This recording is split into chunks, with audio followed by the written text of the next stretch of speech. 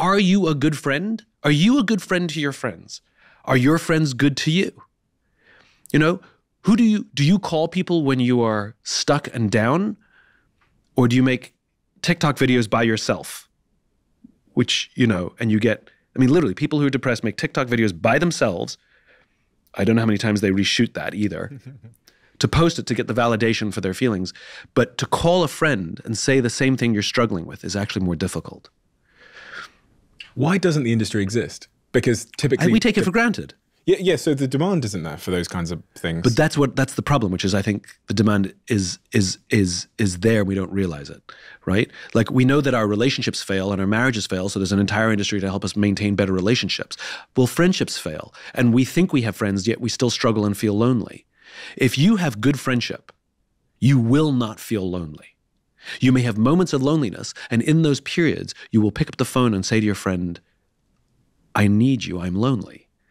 And your friends will be there. You will feel not alone, right? Or, and you and I have talked about this, about you will feel that someone will get in the mud with you. Mm. And I think the problem is we don't give intention to friendship. So think about it. And you and I are both guilty of this. In fact, I would argue that everybody's guilty of this, which is we've got plans booked with a friend. Let's call it a lunch. A work thing comes up. We call up the friend, I got a work thing. And the reason we keep bumping our friends is because they'll understand. They're our friends. So why aren't we prioritizing our friendships? Why aren't we saying to the work thing, I'm sorry, I've got a thing. If we had another meeting, we would say, sorry, I've got an appointment, I can't make it. So why don't we treat our friends with the same intentionality that we treat any other meeting? So one of the things that Will did for a friend that I thought was genius, brilliant, beautiful, Will Godera, who I'm writing the book with. Will's friend's dad died. Will texted him and said, I feel for you. I know what you're going through. I lost my mom at an early age. I'm sure you're being inundated with calls and texts. So I'm not going to call you today. But what I will do is I will call you every single day at 9:45 a.m. Do not feel obligated to pick up. I don't mind if you don't. But when you're ready, know that I'm calling you. And for the next, I think it was 3 months, 8 months, something, he called every single day at 9:45 a.m. And for the first week, his friend didn't pick up at all. And then after the first week, he picked up every day and they talked every day for months. Like, think about the intentionality that somebody who loves and cares about you so much that they will call you every single day at 9:45 just so that you can see their name pop up in the caller ID to know that you're not alone. I mean, it brings me to tears just thinking about it. Like, how many of us are that good a friend? You know, I want friends like that. Here's a good question. Like, what's a friend? Like, what makes a good friend? Like, I don't even know if we have a definition of that. You know, I've been asking people.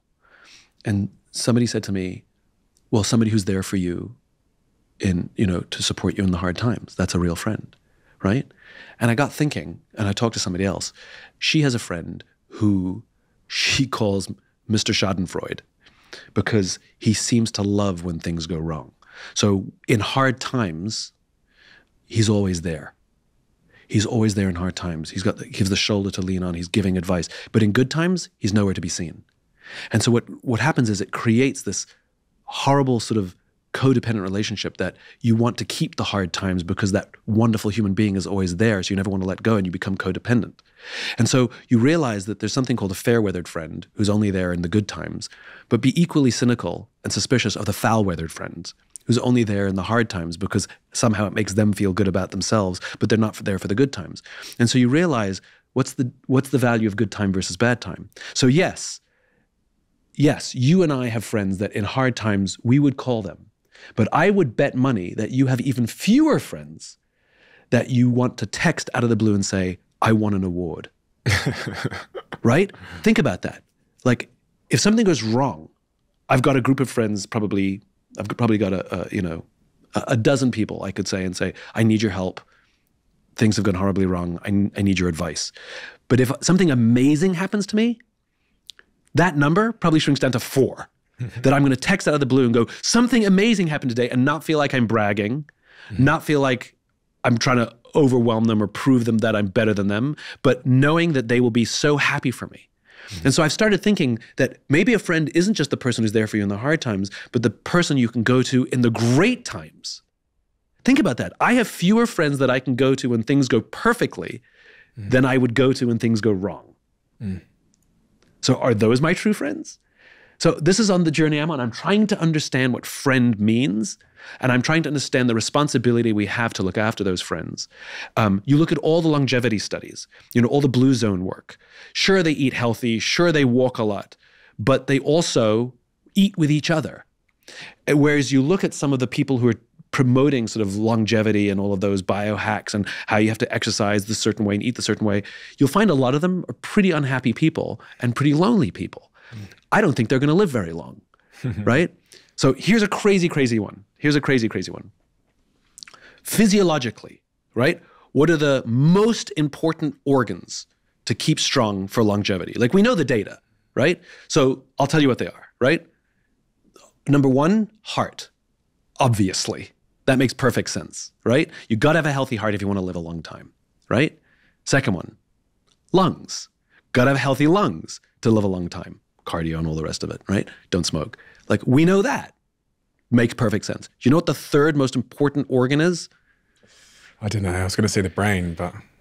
The thighs. Thigh muscles are so if you have a healthy heart, healthy lungs, and healthy thighs, statistically, you're more likely to live longer. I know, I said the same thing. Thighs? Do you want to know why? Because historically, thighs are the most important muscle responsible for what? Motion, walking, right? Not exercise, social, going to visit your friends. Before there were cars, before there were trains, we had to walk to go visit our friends. And so people who are mobile, if you're more mobile, you're more likely to maintain friendships, which means you're likely to live longer. So the three most important organs to keep healthy historically as human beings: heart, lungs, and thighs for mobility, thighs for sociability, which I think is amazing that we never thought about. So all of these things that, technology has interrupted, mass transportation, cars, social media, all of these things, they've interrupted our ability to make friends, proper friends where you can look each other in the eye. You and I could do this over Zoom. It wouldn't feel the same. No. But the macro, so the remote work culture, the rise in, as you say, screens and phones, optimizing interaction out of our lives. I mean, like, if you think about social networking or Uber Eats or, I don't know, Deliveroo, you're living your life behind a screen in white walls now. And it feels like it's becoming harder and harder and harder to make friends, also to find someone romantic, but to make friends. In fact, what's an interesting thing is sometimes when I come off stage, it's always young men come up to me and they'll get right up in my personal space and I go, this is strange. And then they'll say something to me like, how do I make friends?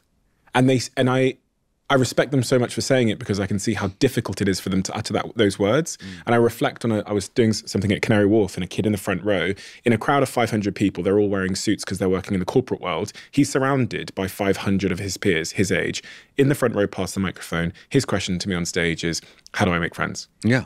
And there's 499 people sat next to him that are his age. Yep. And he's asking in the front row, how do I make friends? Yeah. And it's so moving because, looking down on that individual surrounded by people, I'm like, well, the brain, the simple brain goes, well, just turn to the person next to you and introduce yourself. But clearly that was not the answer. Because if it was so simple, he would just do that. And you said something interesting as well, which I think maybe overlays with that, which is that we've kind of like lost the art or the skill of making friends. Yep. What would you have said to that kid? So I'll tell you by way of a story how I would answer that. So a friend of mine was struggling.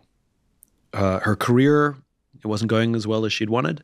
And her marriage was in a bad place. So in other words, when it rains, it pours. Like she couldn't get a break, right? And she was in a really bad place. And so she knows what I do for a living. So she asked me, can you help? Can I come and talk to you and get some advice? And I said, of course. And so we had a standing Wednesday meeting, get together. We got together every Wednesday for 90 minutes and she would tell me what was going on in her life.